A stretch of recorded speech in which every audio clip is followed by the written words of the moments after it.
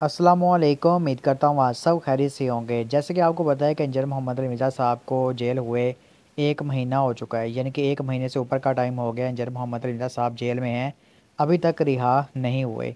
तो इसके ऊपर जो इंजीनियर साहब के स्टूडेंट्स हैं वो काफ़ी ज़्यादा परेशान हैं, काफ़ी ज़्यादा दुखी हैं कि यार अली भाई के साथ जाओ ये किस तरह का मामला हो रहा है। एक बहन की वीडियो सोशल मीडिया के ऊपर वायरल है जो कि एक डॉक्टर हैं। तो उन्होंने जो है वो अपने इमोशंस का जो इज़हार किया, यानी कि वो अली भाई का ज़िक्र करते हुए इमोशनल हो गई और कहा कि मैं इंजीनियर मोहम्मद इमरान साहब को रेगुलर जो सुनती हूँ और उनकी वीडियो जब अपलोड होती है तो जन जो शुरू वाले व्यूअर्स होते हैं ना उनमें उनका शुमार होता है। तो उन्होंने कहा कि अभी 1 महीना हो चुका है, मैंने इंजीनियर साहब की आवाज़ नहीं सुनी। वैसे तो इंजीनियर साहब की आपको पता है कि वीडियोस मौजूद हैं सोशल मीडिया के ऊपर, लेकिन जो लेटेस्ट अली भाई के लेक्चर्स रिकॉर्ड होते थे हर संडे को अली भाई अमल के तशरीफ़ लाते थे जेलम अकेडमी, तो उस वाले से जो इंजीनियर मोहम्मद इंजीनियर साहब का कोई लेक्चर नहीं देखा और ना इंजीनियर साहब की इस वाज़ेह बात सुनी है। तो मैं काफ़ी ज़्यादा जो उस मामले में डिप्रेस्ड हूँ, ठीक है। तो ये उन्होंने इस वाज़ेह बताया और कहा कि आप सब इंजीनियर मोहम्मद इंजीनियर साहब के हक़ में आवाज़ उठाते रहें और इंजीनियर मोहम्मद इंजीनियर साहब ने जो दीन की खिदमत की है और इस वाल से दीन का काम किया है, तो इस पर जाओ हमें उनको अप्रिशिएट करना चाहिए, ठीक है।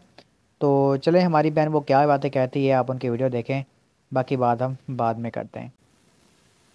अस्सलाम वालेकुम। मुझे आज बहुत ज़्यादा सैडनेस हो रही थी बिकॉज़ 1 महीना तकरीबन हो गया है। मैं चूँकि बहुत सालों से इंजीनियर मोहम्मद अली मिर्ज़ा की वीडियोस, उनके कुरान की तफसीर और उनकी वीडियोस में रेगुलर बहुत सारे और भी देखती हूँ, लेकिन उनकी मैं जब अपलोड होती है तो आई थिंक सबसे पहले देखने वालों में से होती हूँ।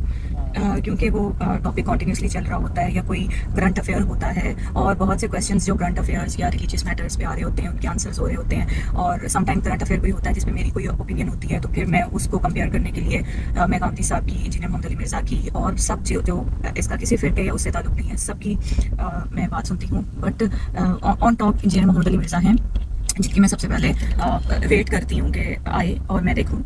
और मैं आज ये सोच रही थी कि 1 महीना हो गया है क्योंकि मैंने सारी वीडियोस देखी हुई हैं, तो अब मैं दोबारा तो मैं 1 महीने से मैंने उनके कोई वीडियो नहीं देखी, आवाज़ नहीं सुनी, and it was really depressing for me. और जब उनको अरेस्ट किया गया था तो मुझे लग रहा था 2 3 4 दिन की बात है, 1 हफ्ता उनको रिलीज़ कर दिया जाएगा, लेकिन ऐसा नहीं हुआ।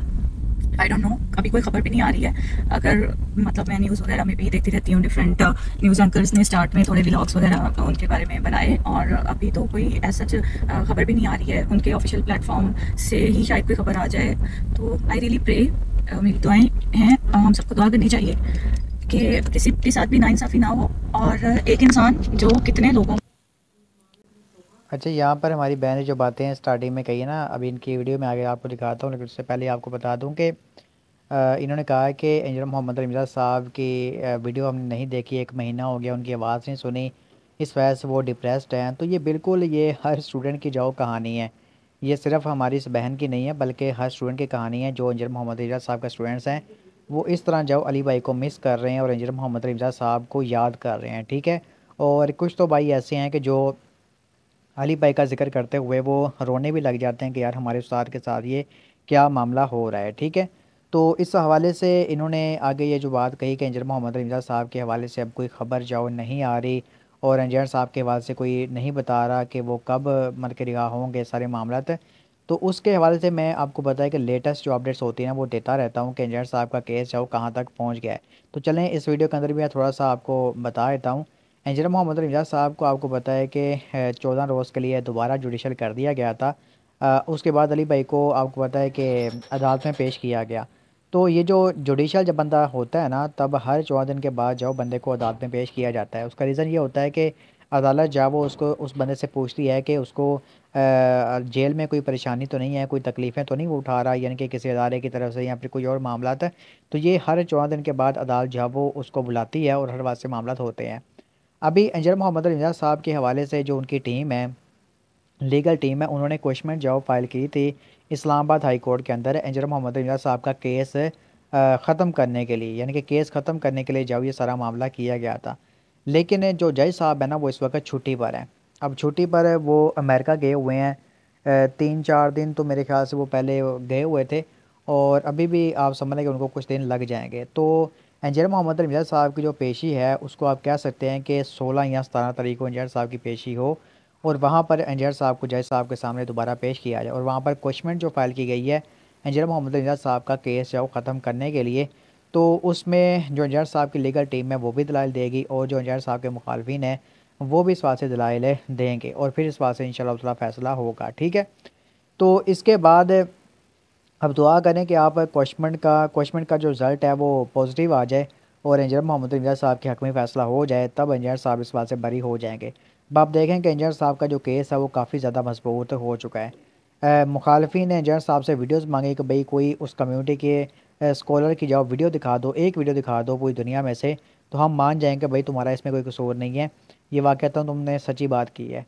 तो एक नहीं दो नहीं बल्कि बहुत सारी वीडियोस भी दिखा दी गई। इन्होंने कहा कि भाई तुम ऐसी किताबों का हमें हवाला दे दो, यानी कि कोई एक किताब दिखा दो पूरी दुनिया में जितने भी जाओ उस वाले कम्युनिटी के वो मेंबर्स हैं ना, उनकी कोई एक वीडियो दिखा दो। तो आपको पता है एक नहीं दो नहीं बल्कि बहुत सारी वीडियोस दिखा दी गई, किताबें दिखा दी गई, यहाँ तक कि हमारे जो अकाबरीन अहले सुन्नत हैं उनकी किताबों का हवाला दे दिया गया जहाँ पर उन्होंने उन लोगों को इस बात का जवाब दिया हुआ है सेम टू सेम वही अल्फाज में। तो ये सारा कोई दिखा दिया गया। अब इसके बाद भी इंजीनियर साहब को ये कहना है कि यह बंदा गुस्ताख है, नाउज़ बिल्लाह सफ़िल्लाह, तो ये जुल्म है, ज़्यादती है। ठीक है, तो अली भाई के हवाले से आप देख लें केस इतना जो मजबूत हो चुका है, तो उम्मीद है कि इंशाअल्लाह ताला 16-17 तारीख को हमें कोई पॉजिटिव खबर देखने को मिलेगी अगर इंसाफ के साथ जो मामला लेके चला गया तो ये फ़िलहाल की मैंने आपको इस वास्ते जितने भी अपडेट्स हैं ना इंजीनियर साहब के वास्ते वो बताई हैं। तो चलें देखते हैं आगे हमारी बहन क्या कहती है। तो दीन की राह दिखाता है, अल्लाह की मोहब्बत, अल्लाह के रसूल की मोहब्बत उस जिस इंसान ने बहुत से लोगों के दिलों में जगाई हो, और ये सब चीज़ें तो अल्लाह बेहतर जानता है। तो उसको किसी भी तरह इस तरह ट्रैप करके, या मतलब सबको रियलिटी पता है, इसमें कोई इतनी इबाम वाली बात तो है नहीं, तो क्यों ना सारी चीज़ें साइड पे करके तो उनकी सेफ्टी और उसके लिए कोशिश करनी चाहिए। इदारे बेहतर जानते हैं, लॉ बेहतर जानता है, बट प्लीज़ कुछ पता तो चले कि वो किस हाल में है और कब क्या केस और ट्रायल या जो भी चीज़ है वो कहाँ पहुँची है, कुछ तो पता चले। तो आई वॉज़ रियली सैड कि मुझे याद आ रहा था कि मैंने 1 महीना हो गया मैंने उनके कोई मतलब उनकी आवाज़ नहीं सुनी। उनकी जो कुरान के जो तफसीर के वो लेक्चर्स देते हैं, एक तो उनकी पुरानी है ना, और एक अब वो न्यू सीरीज़ है जिसमें आई थिंक 300 के करीब हो गए हैं लेक्चर्स, तो वो तो मैं साथ साथ सुनती हूँ, तो उसको आगे कंटिन्यू नहीं अभी हुआ है। तो आई वॉज रियली डिप्रेस्ड, और प्लीज़ उनके लिए दुआ करें। जी, तो मेरे भाइयों बहनों आपने हमारी इस बहन की वीडियो देखी है, तो अब यहाँ पर इन्होंने कहा है कि इंजीनियर मोहम्मद अली मिर्ज़ा साहब के हवाले से तमाम लोग जाओ दुआ करें, उनके हक़ में आवाज़ उठाते रहें।